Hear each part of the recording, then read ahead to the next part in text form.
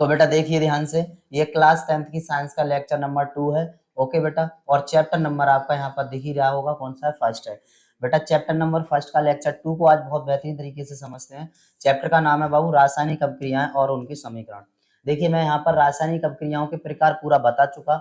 आज हम प्रॉपर तरीके से समझेंगे, सीक्वेंस से, पहला रिएक्शन से यानी अम्ल क्षार अभिक्रिया से समझेंगे कि अम्ल क्षार अभिक्रिया क्या है। ओके, तो यहाँ पर चैप्टर का नाम सभी को दिख रहा होगा बाबू। और यहाँ पर देखिए, यहाँ सीधा सा आपको सिर्फ एक बार वीडियो देखने की जरूरत है। आप एक बार वीडियो देख लीजिए, 100% कॉन्फिडेंस से बता सकता हूँ कि आपको पूरा समझ में आ जाएगा बेटा। ओके, तो यूपी बोर्ड 2027 की तैयारी में जुटे रहिए, और मैं भी बहुत बेहतरीन आपकी यूपी बोर्ड 2027 के लिए तैयारी करा के लेके जाऊंगा। बस बने रहिए, जुड़े रहिए बेटा एकदम अच्छे से। ठीक है, तो चलिए आज की क्लास को स्टार्ट करते हैं। क्लास बाबू रिएक्शंस के टाइप कंप्लीट कर लिए थे कि रिएक्शन कितने प्रकार की होती है, मतलब अभिक्रियाएं कितने प्रकार की होती हैं। तो अभिक्रियाओं के 4 भाग होते हैं, एक अम्ल क्षार अभिक्रिया, एक बेटा जी प्रतिस्थापन अभिक्रिया, और विलोपन अभिक्रिया और योगात्मक अभिक्रिया। आज हम बेहतरीन तरीके से समझते हैं। सबसे पहला पार्ट बेटा जी अम्ल क्षार अभिक्रिया। तो सभी बच्चों की नजर यहाँ पर होनी चाहिए, अम्ल क्षार अभिक्रिया। ठीक है, तो बेटा यहाँ पर देखेंगे पहला रिएक्शन उदासीनीकरण अभिक्रिया या फिर अम्ल क्षार अभिक्रिया, एक ही बात है। इसे इंग्लिश में बाबू एसिड बेस रिएक्शन बोलते हैं, acid base reaction, acid base reaction.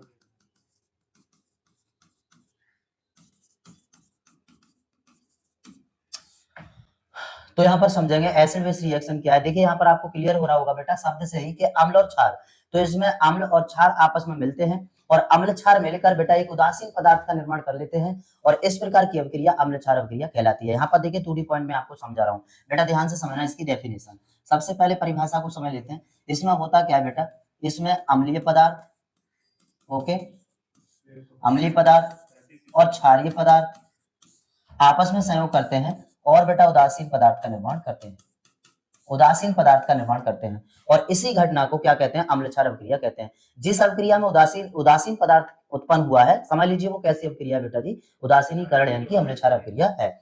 इसमें अम्लीय पदार्थ का क्या होता है, ध्यान से समझेंगे।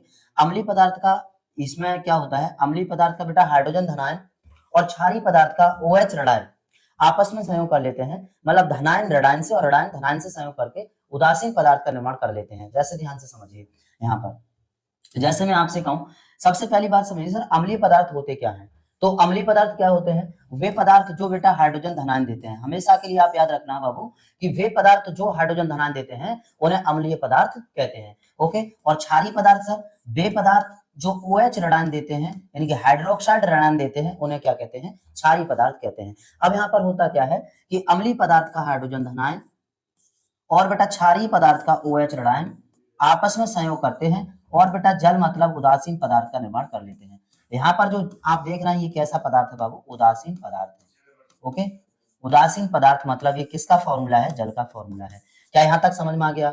ओके, तो यहाँ पर अम्लीय पदार्थ का हाइड्रोजन धनायन यानी कि प्रोटॉन, जिसे प्रोटॉन भी बोल सकते हैं, यानी नो प्रॉब्लम।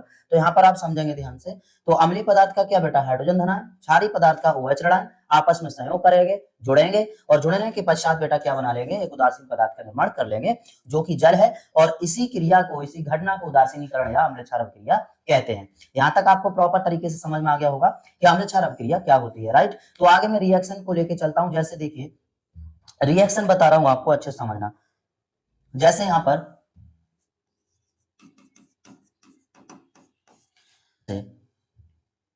मैंने बेटा यहां पर एक HCl कंपाउंड लिया और दूसरा बेटा NaOH कंपाउंड लिया। ध्यान से समझना बाबू, नजर सामने होनी चाहिए सभी बच्चों की। ओके, एकदम कॉपी पेंसिल लेके बैठ जाइए और लिखते रहिए, साथ साथ बेटा समझते रहिए। तो सामने समझिए HCl और NaOH। यहाँ पर HCl कैसा पदार्थ है बाबू, अम्लीय पदार्थ, और NaOH कैसा है, क्षारीय पदार्थ। तो होता क्या है, ध्यान से समझेंगे बाबू सभी बच्चे। होता क्या है इसमें, आप देख सकते हैं कि जो H है ये H प्लस आयन, मतलब ये क्या है, धनायन पॉजिटिव पार्ट है, और Cl बेटा जी नेगेटिव पार्ट है।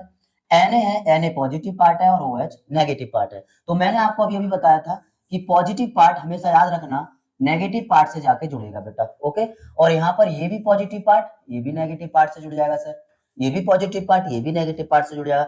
मतलब धनायन ऋणायन से और ऋणायन धनायन से जुड़ जाते हैं। तो जैसे ही H और OH आपस में जुड़ेंगे तो बना लेंगे बेटा H2O। क्या इतनी सी बात समझ में आ गई सब बच्चों को? बेटा जैसे ही H2O बनाया, समझ लीजिए ये उदासीनीकरण अभिक्रिया मतलब अम्ल क्षार अभिक्रिया है, क्योंकि यहाँ पर उदासीन पदार्थ का निर्माण हुआ है। किसका निर्माण हुआ है बाबू? उदासीन पदार्थ का निर्माण हुआ है। ओके, उदासीन पदार्थ का निर्माण हुआ है। अब बेटा यहाँ पर देखिए H प्लस आयन और OH माइनस आयन आपस में मिलकर H2 बना लिए, बचा हमारे पास Na और Cl, तो ये दोनों मिलकर बना लिए NaCl। यहां तक आपको परफेक्ट समझ में आ गया होगा। ये बेटा क्या है? जल है। और ये क्या है बाबू? Sodium chloride. सोडियम क्लोराइड, यानी कि बोले तो साधारण नाम इसका क्या है बाबू? नमक, साल्ट, जिसे लवण बोलते हैं। कोई प्रॉब्लम यहाँ तक? जो इतनी रिएक्शन समझ में आ गई होगी। दूसरी रिएक्शन और दे रहा हूँ बेटा, आप नजर सामने रखेंगे, सभी बच्चे देखते रहेंगे बड़े प्यार से।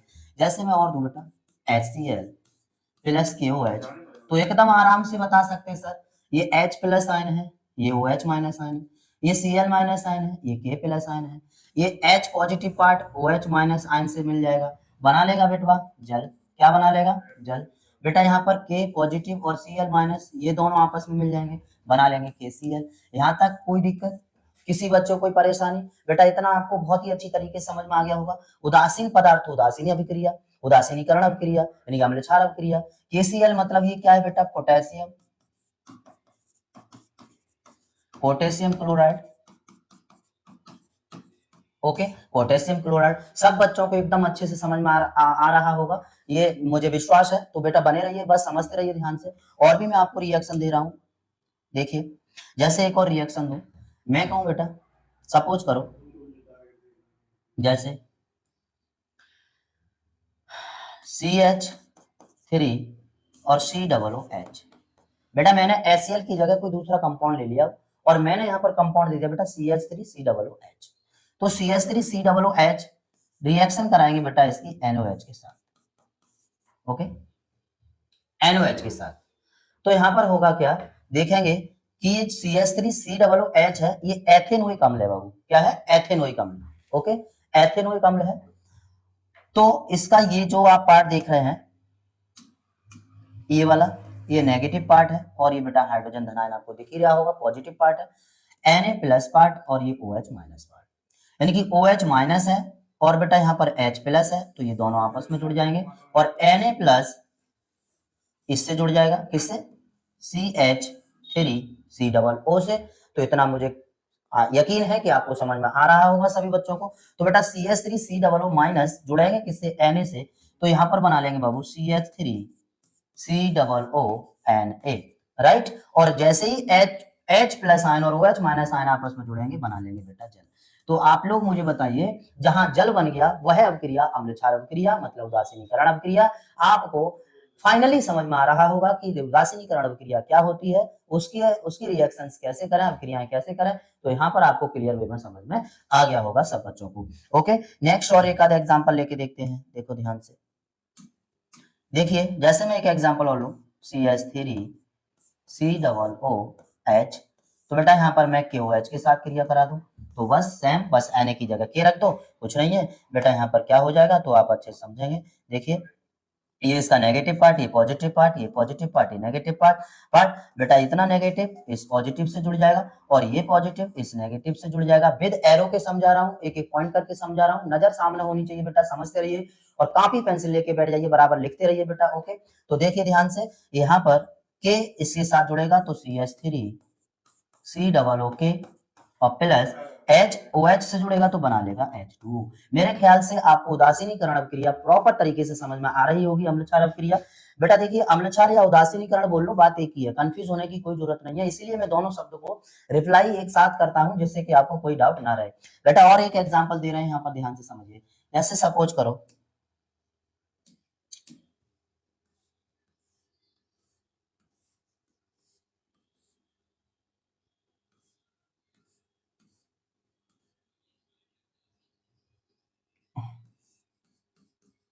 ये बेटा दिख रहा होगा सभी को,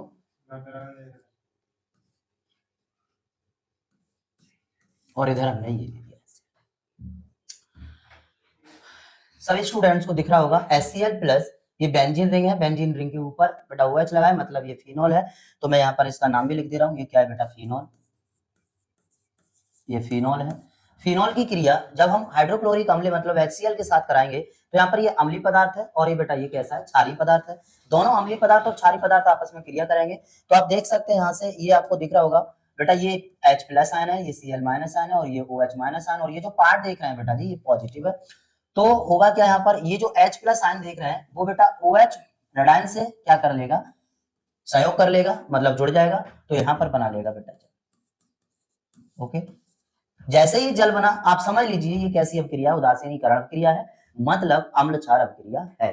दैट इज फाइनल, आपको प्रॉपर तरीके से समझ में आ रहा होगा बेटा। बच्चा हमारा ये जहां से OH हट गया है वहां पर आप जाके Cl को लगा दीजिए, मतलब इसका पॉजिटिव पार्ट ये नेगेटिव पार्ट से जुड़ जाएगा, तो ये बन जाएगा यहां से, ये बन जाएगा बेटा क्लोरो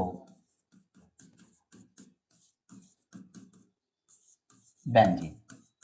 ये बेटा ये जो रिंग देख रहे हैं मैं इसके बारे में पहले बता दूं, ये जो रिंग है इसे ऐसे भी बना सकते हैं, इसे ऐसे भी बना सकते हैं, या करके इसे ऐसे भी बना सकते हैं, कोई प्रॉब्लम नहीं है बेटा। ये किसका रिंग है, ये है C6H6 यानी कि बेंजीन का। ओके बेटा, ये बेंजीन का रिंग है। ठीक है, तो आपको ये रिंग के बारे में भी प्रॉपर तरीके से समझ में आ गया होगा कि रिंग क्या है, बेंजीन की रिंग है, जिसका बेंजीन का फॉर्मूला क्या है बेटा, C6H6। ओके, यानी कि यहाँ पर जो कार्बन देख रहे हैं वो 6 है, तो देखिए मैं यहाँ पर बना के दिखा रहा हूँ आपको, कार्बन 6 है, 1 2 3 4 5 6, कार्बन 6 दिख गए। हाइड्रोजन बेटा कितने हैं, हाइड्रोजन भी 6 है, तो इस पर एक हाइड्रोजन, इस पर भी एक हाइड्रोजन, इस पर भी एक हाइड्रोजन, इस पर भी एक हाइड्रोजन, इस पर भी एक हाइड्रोजन और इस पर भी एक हाइड्रोजन। इसकी संरचना मैं आपको बना के दिखा रहा हूँ, राइट। अब यहाँ पर इनको एक साथ जोड़ दीजिए बेटा। अब आप एक बात बताइए, कार्बन की संयोजकता कितनी होती है बाबू, 4 होती है, लेकिन हर जगह देख रहे हैं आप 3 होगी, 1 2 3 1 2 3 1 2 3, होनी कितनी चाहिए, 4 होनी चाहिए। तो 4 कंप्लीट करेंगे, देखिए एक बॉन्ड यहाँ पर हमने डबल बॉन्ड लगा दिया, एक छोड़ के एक और डबल बॉन्ड लगा दिया, और एक छोड़ के एक और डबल बॉन्ड लगा दिया। अब आप देख सकते हैं हर कार्बन पर आपको कार्बन की 4 संयोजकता दिखाई देगी, और ये हमारी हो गई बेंजीन की रिंग। मैंने संरचना के साथ आपको प्रॉपर तरीके से बेंजीन को बना के दिखाया कि बेंजीन की रिंग को हम कितने तरीके से बना सकते हैं। यहाँ तक आपको बहुत अच्छे तरीके से समझ में आ गया होगा बेटा। ओके, तो समझ में आ गई होगी अम्ल क्षार अपक्रिया। और बेटा अगर समझ में आ गई है बहुत ही अच्छी तरीके से तो वीडियो को लाइक करें और शेयर करें, चैनल को सब्सक्राइब करें, प्लीज बने रहें। आगे की रिएक्शन, दूसरा रिएक्शन है हमारा बेटा प्रतिस्थापन अपक्रिया, वो लेक्चर हम 3 में लेके आएंगे, और बस बहुत ही बेहतरीन तरीके से इसी तरह बताएंगे उस रिएक्शन को भी। ठीक है, धन्यवाद।